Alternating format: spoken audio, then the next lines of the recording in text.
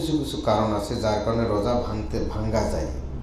যদিও আমরা রোজা রাখছি, এমন কিছু কারণ আছে, মারাত্মক কারণ, যেগুলোর কারণে রোজা ভাঙ্গা যায়।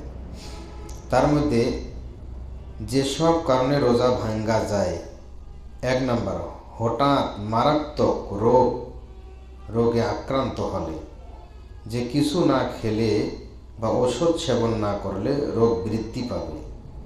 2 নাম্বার, হঠাৎ অসহ্য পেট ব্যথা আরম্ভ হলে। 3 নাম্বার, সাপে কামড় দিলে যদি ওষুধ খাওয়ার প্রয়োজন হয়। 4 নাম্বার, গর্ভবতী স্ত্রী লোকের বা তার গর্ভের সন্তানের প্রাণনাশের আশঙ্কা দেখা দিলে। 5 নাম্বার, এত বেশি পিপাসা লেগেছে যে প্রাণনাশের ভয় আছে। 6 নাম্বার, সফরের অবস্থায় রোজা রাখতে অসুবিধা হলে। 7 নাম্বার হলো অতি বেশি দুর্বল হয়ে গেলে। এগুলো কারণে রোজা ভাঙ্গা যায়। রোজা রাখার কারণে যদি কষ্ট হয়ে যায় রোজা রেখে, তাহলে এই কারণগুলোর কারণে রোজা ভাঙ্গাও যেতে পারে।